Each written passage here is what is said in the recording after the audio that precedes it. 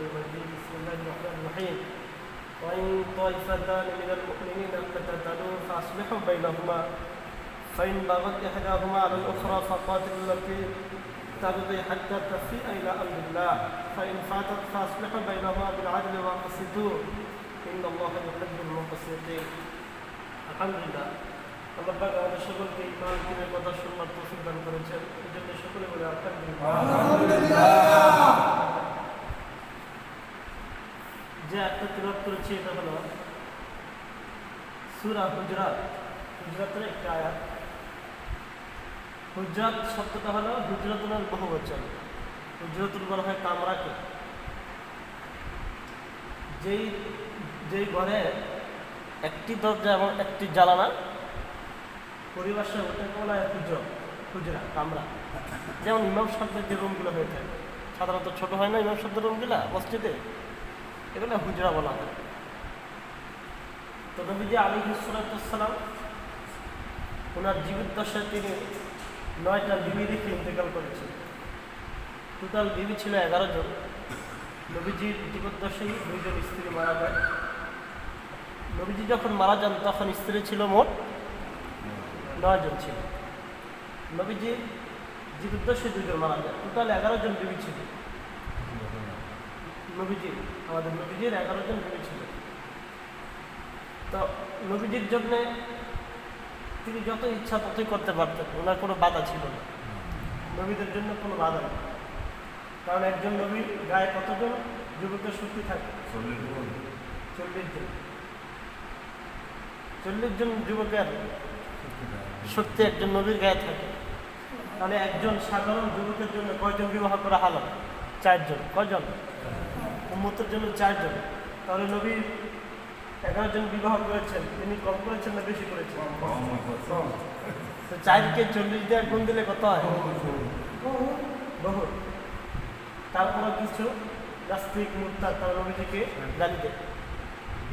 নবীজিকে গালি দেয়, আরে তুই নবীজির পায়ে ধুলার মনে তো ওই যে মক্কার সবচেয়ে বীর বাহাদুর সেই নবীজির সাথে কুস্তি রেখে দেবে, নবীজিকে হারাই দেবে। নবীজি দর্শন পড়ে গেছে, শক্তি আছে, পড়ে গেছে না, বুঝেন না? একজন মুসা নবী একজনকে ঘুষিতে মেরে ফেলছে। একটা ঘুষি দিলে সাধারণত মানুষ মরে, ঘুষিটা ওই রকম জোরে না, কোরআন শরীফে আছে, অত জোরে দেন।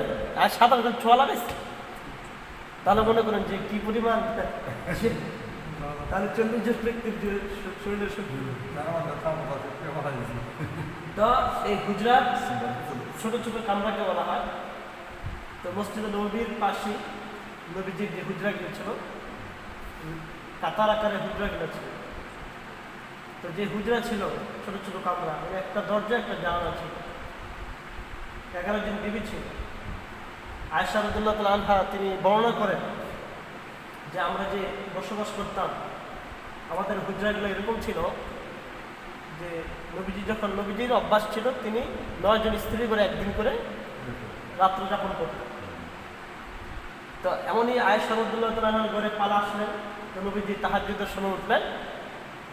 তো উনি বর্ণনা করেন, আয়েশা সিদ্দিকা বর্ণনা করেন যে নবীজি যখন নামাজ পড়তেন তো আমাকে নবীজি পায়ে যখন সিজদায় যাবে তখন পা মানে হাত দিয়ে পায়ের ভিতরে ঠুকনা দিলে তিনি পা ছুঁয়ে নিতেন, তখন নবীজি সিজদা করতেন। তাহলে নবীজি মানে পশ্চিম দিকে আসে শুইতেন, তারপরে নবীজি মানে পূর্ব দিকে শুইতেন, পশ্চিম দিকে কাজ থেকে নবীজি শুইতেন। মনে করেন যে নবীজি এই জায়গায় শুনেন, আশেষ দিকে এই জায়গায় শুনেন। তো নবীজি যখন নামাজ পড়বে তাহলে ওনার পা যখন পক্কা মারে পাটা থুবায়, তাহলে একটা রুমের কি পরিমাণ ছোট্ট, মানে এক কাতার থেকে ওই কাতার, আমার প্রত্যেকটা রুম এরকম ছিল। চিন্তা করছেন? এই 2 জাহানের বাদশা সারা পৃথিবীর পুরকায়না সব আল্লাহ প্রস্তাব দিয়েছিলেন যে আপনি যদি চান বহুত পাহাড় আপনার সাথে সাথে যান, স্বর্ণ বানাই দিব, আপনি কি চান বলেন। সেই 2 জাহানের বাদশার অবস্থায় ছিল। আর আমাদের অবস্থা, আমাদের যে ঘরটা মানে আমাদের যে ঘর, আমরা কিন্তু এই ঘরেও সন্তুষ্ট না, আরো বড় দরকার। ঘরের ভিতরে ঘর থাকবে, মাঠ থাকবে, মানে স্টেডিয়াম থাকবে, ক্লাবে খেলাবে, নাইনাত্তি রইবে, সব একসাথে খেলাবে, একটা মাঠ থাকুন লাগবে। আমরা এই চিন্তা করি। তাদের ঘর ছিল এরকম, তাদের ঘরে উচ্চতা কি ছিল যে দাঁড়াইলে মাথা ছাদ থেকে যেত, খেজুরে পাতলতা দিয়ে তাদের ঘর ছিল। এই ছিল 2 দিনের বাচ্চার অবস্থা। একাধারে 3 দিন পর্যন্ত অনাহারত তারা সবাই ছিল, 3 মাস পর্যন্ত খাবার করেছিল, যার জন্য এত সারা পৃথিবীর স্বর্ণ বানাই দিবে প্রস্তাব বহুত পাহাড় পরিমাণ। তিনি আসলে এত গরিব হালতে কেন থাকবেন? আল্লাহর কাছে দোয়া করেছেন, আল্লাহুম্মা লা আইশা ফিদ দুনিয়া, হে আল্লাহ আপনি দুনিয়াতে আমাকে স্বাচ্ছন্দ্য দিয়েন না, আমাকে আখিরাতের জিন্দেগিতে স্বাচ্ছন্দ্য দিন। এবং তিনি দোয়া করেছিলেন, আল্লাহ জুমরাতুল মাসাকিন, আপনি আমাকে মিসকিনদের সাথে থাকারই তৌফিক দান করেন দুনিয়াতে, মিসকিন অবস্থায় কবরে নিয়ে মিসকিন অবস্থায় হাসরে দিতে। প্রত্যেক দিনের দোয়া ছিল। এই নবীজি আলাইহিস সালাতু ওয়াসসালাম তিনি কেন গরিব হালতকে তিনি কেন বেছে নিলেন? আমাদেরকে যদি কেউ প্রস্তাব দেয় আমরা বেছে নিব যে আপনি 3 দিন পর্যন্ত না খেয়ে থাকবেন, 3 মাস পর্যন্ত ঘরে কোনো খাবার জ্বলবে না, এটা নেবেন নাকি শান শৌকতে চলবেন? কোনটা নেবেন? শান শৌকত দেয় না, কিসের গরিবে নেবেন? গরিবের হালত করেছেন। এবং তিনি কেন নিয়েছেন? তিনি সারা উম্মতের দিকে খেয়াল করেন। এখন নবীজি যদি মনে করেন যে বাদশাহী নবী হয়, তাহলে যে যার ঘরে আজকে খাবার নাই তাকে যদি বলা হয় যে নবী তো নামাজ পড়তো, তো তুমি নামাজ পড়ো না কেন? ছিল হ্যাঁ নবী তো অডালে খাইতো না, সম্পদের অভাব ছিল না, নবী তো সুখে পড়ে আল্লাহ ইবাদত করতো, আমার ঘরে খাবার নাই, নবী এমন বুঝতো। এই কথা যেন বলতে না পারে উম্মত। এই জন্যে কিয়ামত পর্যন্ত নবীজির এমন অভাব ছিল, কিয়ামত পর্যন্ত কোনো মানুষের এরকম অবলা কোনোদিন অভাব হবে না। 3 মাস পর্যন্ত কার ঘরে আগুন জ্বলে জ্বলে সবার ঘরে, সবার ঘরে 3 মাস পর্যন্ত কোনো গাছের লতা পাতা খেয়ে তারা জীবন যাপন করেছে। সোহাবে আবু তালেব 3 বছর পর্যন্ত মক্কার কাফের নবী সাহাবায়ে প্রথম যুগে নবী এবং সাহাবায়ে কেরামদেরকে 2টা গাঁটির মধ্যে আবদ্ধ করে রেখেছে। তাদের সাথে পুরা মক্কার কাফেররা কেউ কথা, লেনদেন, আচার ব্যবহার কোনো কিছু সমস্ত দেখা সাক্ষাৎ সব বন্ধ। 3 বছর পর্যন্ত ছিল। এই 3 বছরে তারা ঘাস খেয়ে জীবনযাপন করেছে। গাছের লতা পাতা খেয়ে একটা খাজুরকে তারা 40টা ভাগ করতো, একটু একটু খেত। এই ছিল তাদের জীবন, এই ছিল তাদের জীবন। তো এই হুজরত মানে একটা কামরা। এই নবীজি 9 জন স্ত্রীকে নিয়ে তিনি জীবনযাপন করেছে। আচ্ছা, নবীজি 9 জন স্ত্রীকে সময় দিতেন। তখন নবীজি যখন নবী হলেন এবং দৈনন্দিনই প্রতি হাজার হাজার মানুষ এসে নবীজির কাছে মাসালা জিজ্ঞাসা করে, তারা তো সম্পূর্ণ নতুন। আপনারা তো গোসলের ফরজ এক যুগ থেকে আরেক যুগ থেকে শুনতে শুনতে শুনতে শুনতে মোটামুটি তাবলিগে যান, অনেক কিছু শুনছেন। কিন্তু একজন কাফের যখন সে মুসলমান হয় নবীজির যুগে, তখন সে তো কিছুই জানে। তাহলে এই নবীজির ব্যস্ততা ছিল বেশি না আমাদের ব্যস্ততা বেশি? নবীজির ব্যস্ততা। সারা গোত্রের মানুষ সবাই এসে নামাজের মাসালা, সবাই এসে হজের মাসালা, সবাই এসে এই যত মাসালা আছে সব মাসালা নবীজি আরাম পর্যন্ত করতে পারত। এরকম ব্যস্ততা নবীজি ছিলেন। এই তালিম, এই বয়ান, এই নামাজ, এই খুতবা, এই বিবাহ শাদী, এই মামলা মোকদ্দমা সব কিছু নবীজি করতেন। এত ব্যস্ততা হওয়ার পরেও নবীজি নামাজ পড়ছে, একটা নামাজ ছড়ে না। তাহাজ্জুদ মিস হয়েছে, মিস হয়নি। জিকির আজকাল মিস হয়েছে, কোনোদিন মিস হয়নি। তো নবীজির থেকে ব্যস্ততা আর কেউই নাই। তাহাজ্জুদের দিনকে আল্লাহ জিজ্ঞাসা করবে না যে তোমার নবী তো এত ব্যস্ততা দেওয়ার পরেও আমি আল্লাহ তোমার নবী তো কোনোদিন আমার হুকুম ছাড়া নেই। কাফেরদের সাথে যুদ্ধ, সেখানে নামাজ ছাড়ে না। মানে খন্দকের যুদ্ধে 3 ওয়াক্ত নামাজ, জানেন 3 ওয়াক্ত নামাজ কাজা হয়েছে, কাজা। ওইটাও আল্লাহ তাআলা করেছেন কেন? যে কাজাকে কিভাবে আদায় করতে হয় এটা উম্মতকে জানার জন্য, শিক্ষা দেওয়ার জন্য। তারা চিন্তা করে। তো আল্লাহ পাক বলেন যে এই আয়াতের শানুজুল হলো আউস এবং খাজরাজ, মদিনাতে 2টা গোত্র ছিল। আমাদের গ্রামে গোত্র আছে না, সরকার বাড়ি, এই বাড়ি, এই বাড়ি। এবং আউস এবং খাজরাজ এরা মোটামুটি বিভিন্ন বিষয়ে ঝগড়া লাগছে, একবার ঝগড়া লাগছে, ঝগড়া লাগার পরে তাদের মীমাংসার জন্য নবীজি মীমাংসা করছেন। তো এর মধ্যে কিছু গাওয়া মুসলমান আছে না, ওরা নবীজির প্রশংসাকে মানতে বা বিচার মীমাংসাকে মানতে রাজি না। আল্লাহ নাযিল করলেন ওয়াইন তাইফাতান মিনাল মুমিনিনা, যদি মুমিনদের মধ্যে ইয়াতাতালু ঝগড়া করে ফাসলিহু বাইনাহুমা, তাদের মধ্যে মীমাংসা করুন। আল্লাহ পাক মীমাংসাটা, ঝগড়া কখনো আল্লাহ পাক পছন্দ করেন না। তো তোমরা তাদের মধ্যে মীমাংসা করে দাও। ফাইন বাগাত ইহদাহুমা আলাল উখরা, দুই দলকে মীমাংসা করার পরে যদি একদল বাড়াবাড়ি করে, হয় না মঞ্চ হয় না, মীমাংসা করার পরে না মানে না। আল্লাহ পাক কোরআনে বলছে ফাইন বাগাত ইহদাহুমা আলাল উখরা, যদি একটি দল আরেকটি দলের উপরে বেশি বাড়াবাড়ি করে, ফাকাতিলুল লাযিনা তাবগী, তাহলে তোমরা সকলেই মিলে যারা বাড়াবাড়ি করে তাদের বিরুদ্ধে যুদ্ধ করো। হাত্তা তাফিয়া ইলা আমরিল্লাহি, যতক্ষণ পর্যন্ত তারা মীমাংসা না মানে ততক্ষণ পর্যন্ত সবাই মিলে তাদের বিরুদ্ধে যুদ্ধ করে। আচ্ছা, ফাইন ফাআত ফাসলিহু বাইনাহুমা বিল আদল, যদি তারা যত হয়ে যায় তো ফাসলিহু বাইনাহুমা বিল আদল, তাহলে তোমরা তাদের মধ্যে ইনসাফভাবে বিচার করে দাও। এখন দৌড়ে যদি বিচারের ক্ষেত্রে নত হয়ে যায়, আপনারা যে বিচার করেন ওই বিচারে আমরা মানতে রাজি। তার ফাসলিহু বাইনাহুমা বিল আদল, এই যে আদল মানে ইনসাফের সাথে। একদল থেকে বিচারক তুমি ঘুষ খাইবা, ঘুষ খাই আরেক দলের পক্ষে লাগিয়ে দিবা, অথবা দুই দল থেকে তুমি তোমার সুবিধা মতো খাইবা, কখনো সম্ভব। আল্লাহ বলছেন যে বিল আদলি, ইনসাফের সাথে, ইনসাফের সাথে ওয়াকসিতু, এবং তাদের ভিতরে ন্যায়সঙ্গত পালন করো। ইন্নাল্লাহা ইউহিব্বুল মুকসিতিন, যারা ইনসাফের সাথে বিচার করে আল্লাহ পাক তাদেরকে ভালোবাসেন। আর আল্লাহ পাক যাকে ভালোবাসেন আল্লাহ পাক কোনোদিন তাকে জাহান্নামে ফেলবেন না। এটা আল্লাহ তাআলার চিরন্তন কথা। আল্লাহ তাআলা যাকে ভালোবাসেন তাকে কোনোদিন জাহান্নামে ফেলবে না।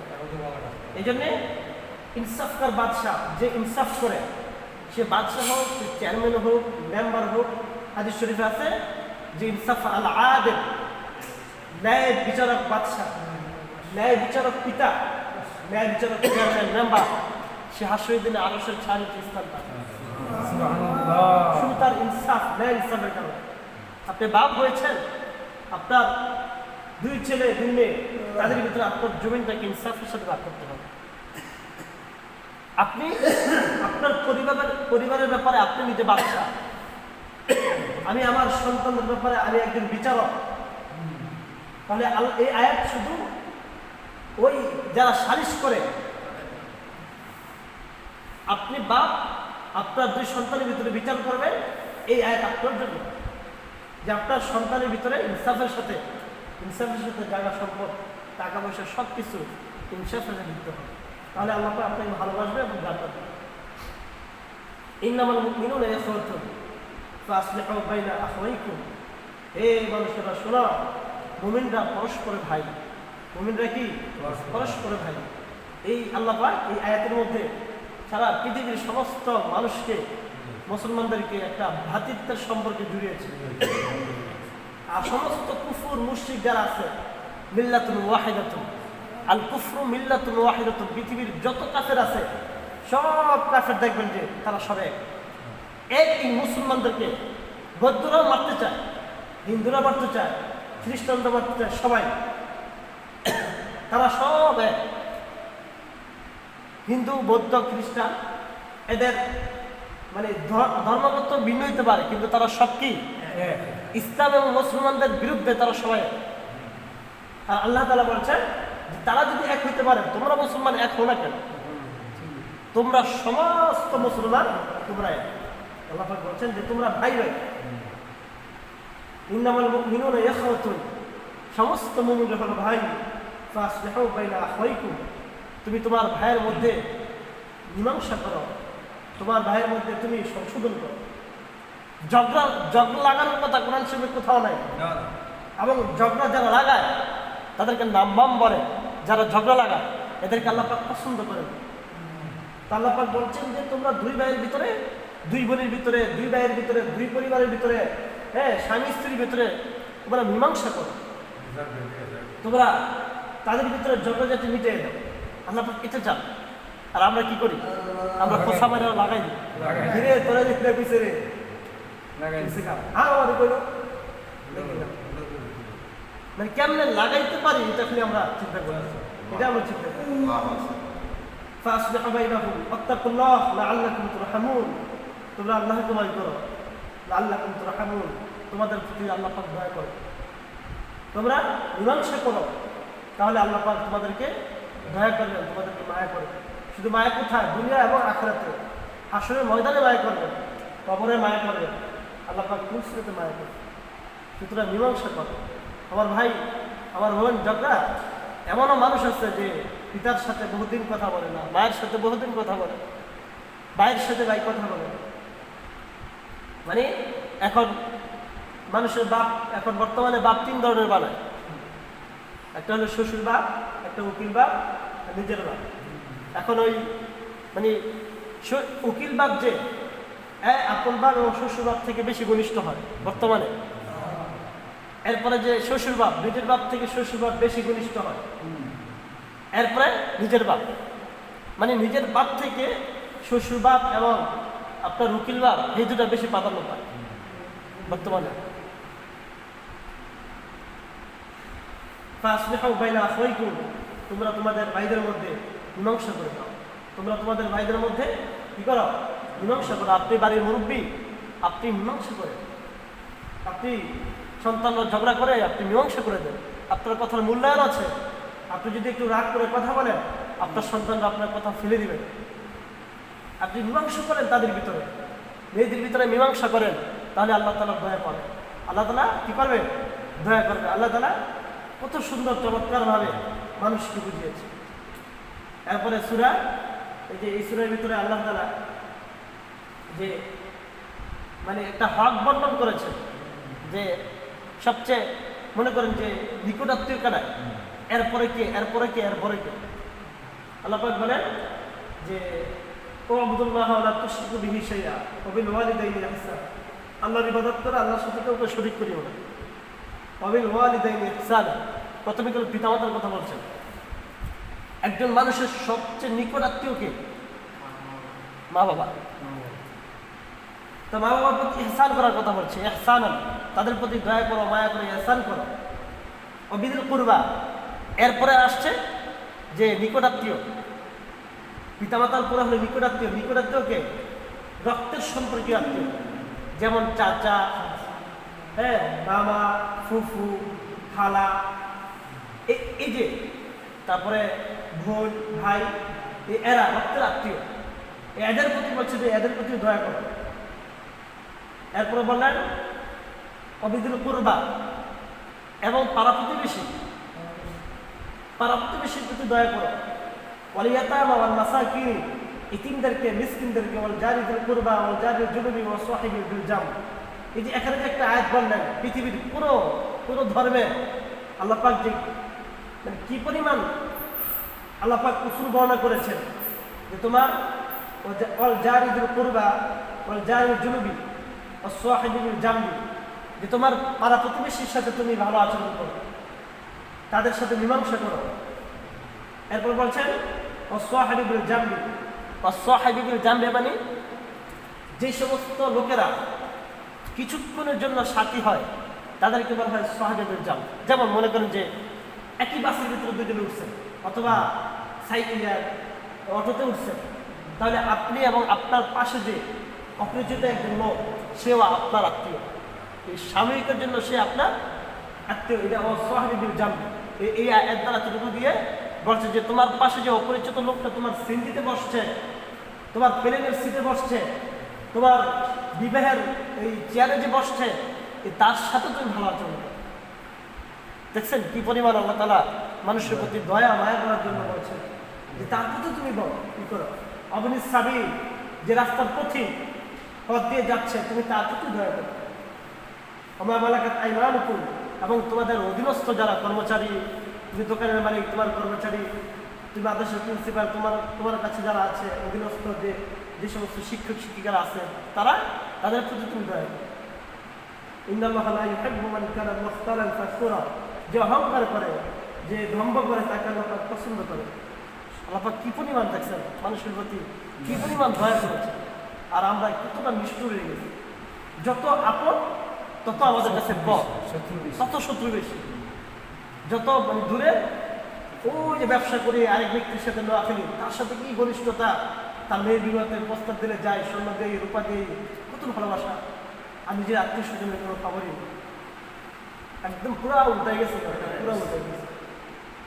এই জন্য ভাই, যে হাদিস শরীফ আছে যে তুমি যদি তোমার হায়াত বাড়াইতে চাও, তুমি যদি ধন সম্পদের মালিক হতে চাও, পৃথিবীর কোন ব্যক্তিটা তার হায়াত বাড়াইতে না চায়? সবাই চায়। তো সবাই যদি না চায়, তাহলে মৃত্যুর সময় সে তাড়াতাড়ি আমার হাসপাতালে নিয়ে যা, দেয় আমার শরীর অসুস্থ, মৃত্যু কামনা কিন্তু কেউ করে না। সেও চায় যে হায়াত বাড়ুক। আবার ধন সম্পদ কে না চায়? ধন সম্পদ সবাই চায়। হাদিসে আছে যে তুমি হায়াত বাড়াইতে চাও এবং তুমি তোমার ধন সম্পদ বাড়াইতে চাও, তাহলে তুমি তোমার আত্মীয় স্বজনদের খোঁজ খবর রাখো, আত্মীয় স্বজনদের সাথে ভালো ব্যবহার করিও, সুখে এবং দুঃখে তুমি তাদের সাথে থাকিও, তাদের খোঁজ খবর রাখি। তাহলে আল্লাহ তাআলা তোমার সম্পদ বাড়াই দিবে এবং তোমার হায়াতের ভিতরে বরকত দান করবে। আল্লাহ পাক আমাদের সকলকে বুঝার মানার তৌফিক দান করেন, আমিন। একদম পৃথিবীর একজনের আরেকজনের সাথে ভালো ব্যবহার করা, এটা তো আল্লাহ পাকের আদেশ। কিন্তু শত্রুতামি করা, শত্রুতার একটা ধরন আছে। হিংসা করলো, তার নামে বদনাম করলো। আর শত্রুতামির একদম সর্বশেষ এই সীমানা হলো হত্যা করে ফেলা। কি করে ফেলা? হত্যা করে ফেলা। একজন আরেকজনের সাথে শত্রুতামি করে, তার জায়গা দিয়ে তাকে যাইতে যায় না, তার সাথে কথা বলে না, বিপদে আপদে তাকে টাকা দেয় না, ঠিক আছে। কিন্তু সর্বশেষ কি ওয়ালটা কি? শত্রুতামি হত্যা করে দাও। এই হত্যাটা মানে অহরহ মানুষকে অনর্থক মেরে ফেলতেছে, অনর্থক। হাদিস শরীফে আছে যে কিয়ামতের আগে যে এমন অবস্থা হবে, একজনকে আরেকজনে হত্যা করে ফেলবে, সে নিজেও জানবে না যে কেন হত্যা করছে। আর যে হত্যা হয়েছে তার পরিবার জানবে না কেন তাকে হত্যা করেছে। শুধু ও একজনে বলছে তোরা লাখ লাখ টাকা দিয়ে হত্যা করে দেবে, মানে কারণটা জিজ্ঞেস করে না, কি কারণে মারব কত হইতেছে না, এখন হইতেছে না। গুন্ডাকে বললো তোরা 1 লক্ষ টাকা দেবো, তুই হার শেষ করে দিবি, তাই নাকি? ক্যাশ দেয়, দিল, হত্যা করে দিল।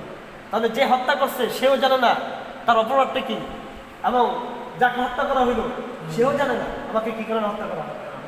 অপরাধ হইতেছে, অপরাধ। ফেসবুকটা খুললেই দেখা যায় মানুষের নাম। এই হাদিস কোরআন শরীফে আছে, ফাইন কাতালা মুমিনান মুতাআম্মিদান, যে ব্যক্তি আরেক ব্যক্তিকে ইচ্ছা করে হত্যা করবে তার ঠিকানা হবে জাহান্নাম। তার ঠিকানা কি? জাহান্নাম। পুরো কোরআন শরীফে সে তার জাহান্নামটাকে কিনে নিল। মানে যাকে হত্যা করা হয়েছে তার জীবনের যত অপরাধ আছে তার যে হত্যা করছে তার শৈল চলে আসবে এবং তাকে আল্লাহ পাক ক্ষমা করে দিবে। আর তার সমস্ত অপরাধ সে নিজে নিয়ে সে জাহান্নামে চলে যাবে। বিদায় হজের দিন নবীজি আলাইহিস সালাতু ওয়াস সালাম সাহাবায়ে কেরামদের 1.5 লক্ষ সাহাবায়ে কেরামদের সামনে বলছেন যে আজকে কি বার, এটা কি মাস? সাহাবায়ে কেরাম বলছেন জিলহজ মাস। এটা কোন দিন? আরাফার দিন। এটা অনেকগুলো কথা বলছে। আরাফার দিন, এটা কি বার? শুক্রবার। জিলহজ মাস, আরাফার দিন শুক্রবার। মাসটাও পবিত্র, আরাফার দিনটাও পবিত্র, শুক্রবার দিনটাও পবিত্র। এমন এক দামি দিনের ভিতরে সাহাবায়ে কেরামদের কাছে বলছিলেন, সাহাবায়ে কেরাম আজকে যেমন মাসটা সম্মানিত, দিনটা সম্মানিত, এবং এই আরাফার দিনটাও আল্লাহর কাছে অনেক সম্মানিত, ঠিক একজন মুসলমান আরেকজন মুসলমানের কাছে যেমন আজকে এই দিনটা, এই মাসটা তার কাছে নিরাপদ সম্মানিত, ঠিক একজন ভাইয়ের ইজ্জত, একজন ভাইয়ের সম্পদ, একজন ভাইয়ের ইজ্জত সম্মানও তার কাছে এরকম নিরাপদ থাকতে হবে। আমার হাদিস শরীফে বলছে যতক্ষণ পর্যন্ত এক মুসলমান ভাই আরেক মুসলমান ভাইয়ের কাছ থেকে নিরাপদ না হবে ততক্ষণ পর্যন্ত সে পরিপূর্ণ মুমিন হতে পারবে, পরিপূর্ণ মুমিন হতে পারবে। এই জন্যে আজকে আমাদের নিরাপদ। আজকে এলাকার তো দেখতেছেন কিছুর থেকে কিছু ঝগড়া হলে বিরাট বড় হয়ে গেছে, বিরাট বড় হয়ে যায়। এটা না তার জানের কোনো নিরাপত্তা আছে, না তার মানের কোনো নিরাপত্তা আছে। তাকে পাইল না, তার ঘর বাড়ি ভালো, তার ঘর বাড়ি কি করে থাকে, সম্পূর্ণ উল্টে গেছে, সম্পূর্ণ উল্টে গেছে। কোথায় আল্লাহ আয়াত, কোথায় আমরা, কোথায় ইসলাম, কোথায় আমরা আমাদের মানুষ সব হারায়া আমরা কুকুরের থেকে নিকৃষ্ট হয়ে গেছি, কেউ কাউকে আমরা চিনি না। আল্লাহ পাক আমাদেরকে বুঝার আমল করার তৌফিক দান করেন, আমরা একে অপরকে সংশোধন করা, একে অপরকে ইসলাহ করার তৌফিক দান করেন।